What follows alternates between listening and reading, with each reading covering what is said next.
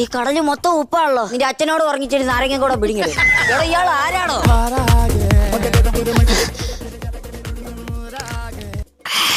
ഇതും കൂടെ കഴിയും. എന്തിനാ കഴിക്കാതിരിക്കും? ഈ തിരി എടുത്ത് തരുന്നത്. നാളെ രാത്രി കടലിൽ പോകുമ്പോ കത്തിക്കാനുള്ള മണ്ണെണ്ണയാണ് ഇയാളെടുത്ത് കുടിക്കുക. ഈ തിരിയും കൂടെ കഴിക്കാണോ അണ്ണാക്കി വെച്ച് കത്തിക്കായിരുന്നു. അവളുടെ പേര് 2000 രൂപ കൊടുത്താ ഞാൻ ഇവിടെ ടാറ്റു അടിച്ച് എന്നിട്ട് തേച്ചിട്ട് പോയി.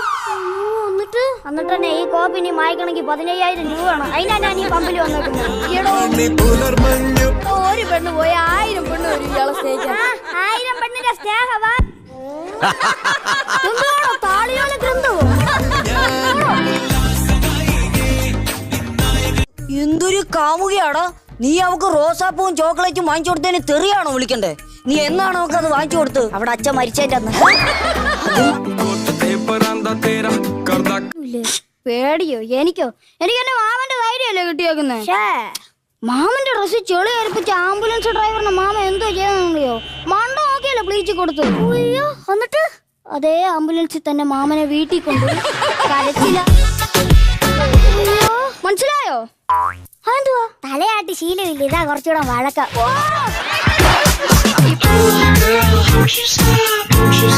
അല്ല എനിക്കൊരു സംശയം. ഈ മുറിച്ചു മാറ്റിയ ആനക്കൊമ്പൊക്കെ എന്തോ ചെയ്യും? ചിലത് ഞങ്ങൾ ഉപ്പും മഞ്ഞപ്പൊടി ഇട്ട് അവിച്ചങ്ങ് തിന്നും. ചിലത് കപ്പ ഇല്ലാത്തപ്പോ കപ്പയുടെ ഫീർ ചെയ്യാൻ ഷാപ്പിൽ പോകും. ഇവിടെ ഉള്ള എല്ലാ ജോലിയും ഗൾഫിലുണ്ട്. ഇയാളുടെ ജോലി എന്തോന്നാ ചോദിച്ചതായിരുന്നു. എനിക്ക് ഗൾഫിൽ പാൽ സൊസൈറ്റിയില്ല. ഗൾഫിലൊക്കെ പാൽ സൊസൈറ്റി ഉണ്ടോ? പിന്നെ അവിടുത്തെ പശു മൊട്ടപ്പക്സ് ആണോ?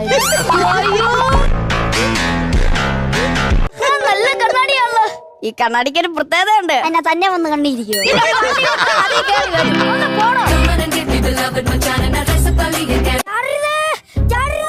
ഒന്ന് പതുക്കെ ഇടണോ. ഇപ്പൊ ഈ ടവർ ഞാനും അടുത്ത ജംഗ്ഷനിൽ പോയി കിടന്നേനെ. ഇനി ഇയാളെന്തിനാ ഇതിന്റെ മണ്ടാക്കറിയ?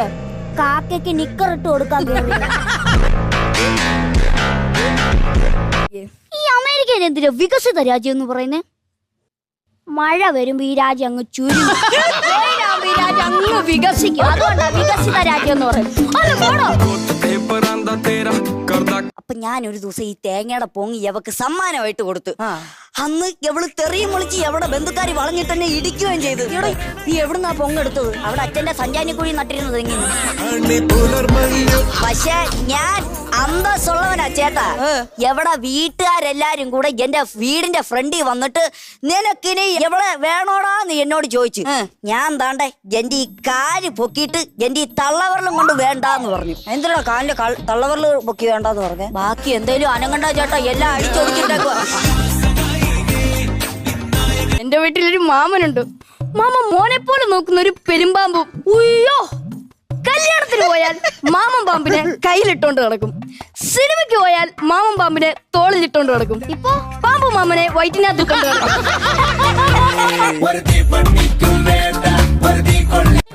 ചേട്ടാ കേക്കണം, കഴിഞ്ഞ മാസം എവളുടെ ബന്ധുക്കാരും കൂടെ കടല് കാണാൻ വന്നപ്പോ കളഞ്ഞു പോയൊരു സാധനമുണ്ട്. അത് ഞാൻ കഷ്ടപ്പെട്ട് കടലിൽ മുങ്ങി തപ്പി എടുത്തിട്ടുണ്ട്. ഇത് കാണുമ്പോ ഉറപ്പായിട്ടും അവരെന്നെ ഈര് കയ്യോടെ സ്വീകരിക്കും. കടലമ്മേ അവളുടെ അച്ഛന്റെ ചിതാവപ്പം. എന്റെ സ്റ്റാൻഡപ്പ് വീഡിയോ വെച്ചിട്ട് അവരെന്നെ സെലക്ട് ചെയ്തില്ല. ഇവിടെ ഇങ്ങനെ നിസാര കാര്യത്തിനൊന്നും ആത്മഹത്യ ചെയ്യാൻ നിൽക്കരുത്.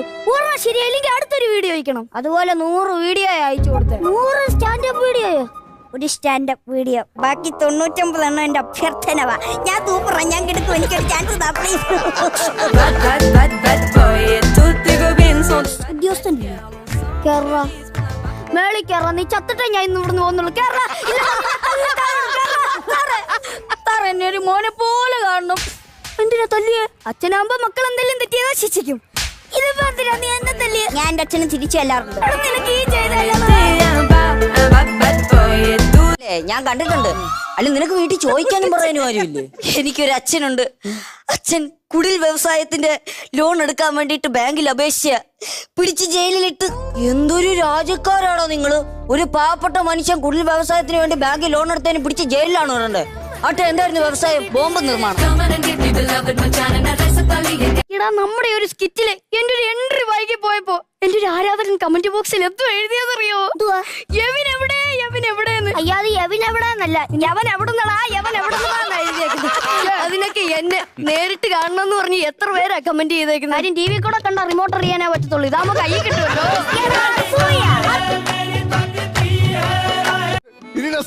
ഇനി നസീർക്കയുടെ 2 സിനിമ വേണ്ട വേണ്ട വേണ്ട, അത് പറഞ്ഞിട്ട് പോയാ മതി.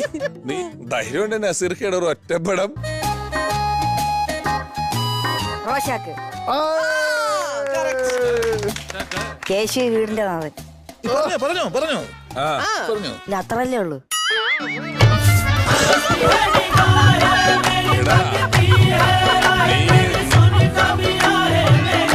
ലൂസിഫറില് അഭിനയിച്ചത് വളർന്നു വരുന്ന യുവ നടി മഞ്ജു വാര്യരാണ്. അങ്ങനല്ല. അതല്ല, പിന്നെ ശരി, ഒരു ഓപ്ഷൻ തരാം. അനാർക്കലി, പുഴു, രാവണപ്രഭു. അനാർക്കലി ഇത് ഒരു പടത്തിലില്ല.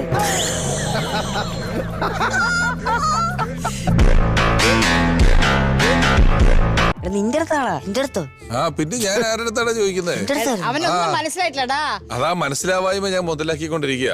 അതാ നിന്നെ കണ്ടു കഴിഞ്ഞാൽ പൂജാ സാധനങ്ങൾ അമ്പലത്തിന്റെ നടക്ക് പൂജാ സാധനങ്ങൾ വിൽക്കാൻ നിൽക്കുന്ന എടുത്തു കൊടുക്കാൻ നിൽക്കുന്ന ഒരു ചേട്ടന്റെ ചായ ഉണ്ട്. മൊണ്ണാന്നങ്ങ് പറഞ്ഞു.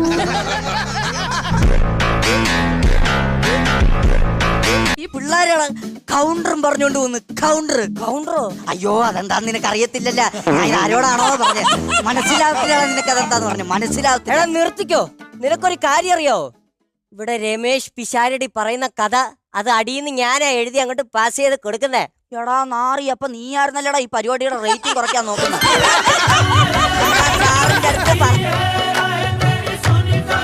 ഞാൻ അഭിനയിച്ച ഒരു സിനിമ പറയടാ. ഒരെണ്ണം കൂടെ പറയടാ.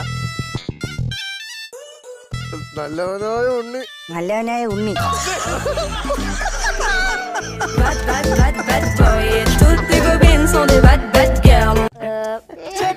ചേട്ടന്റെ ഫോൺ ഇഷ്ടമാണോ? ഈ ഫോണല്ലേ? അതെ അതെ. അയ്യോ ചേട്ടാ, ഞാൻ നമുക്ക് നമ്മളെ ഇഷ്ടം. ഈ മൊബൈലിൽ ഒരു കാര്യമില്ല. ഫണ്ണായിട്ട് നമുക്ക് നമ്മളെ ഇഷ്ടം. ക്യാമറ ഒന്ന് കട്ട് ചെയ്യണേ.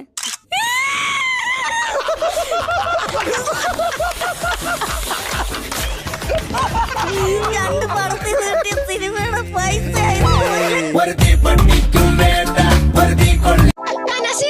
എനിക്കൊരു ആഗ്രഹമുണ്ട്. ഏതെങ്കിലും ഒരു സിനിമാ നടന്റെ വോയിസ് അനുകരിക്കാൻ പറ്റും.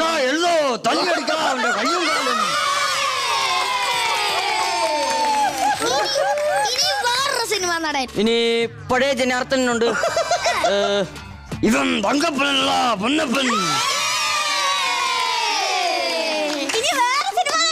ഇനി ജനാർദ്ദന്റെ വീട്ടിലെ പട്ടിയുണ്ട്.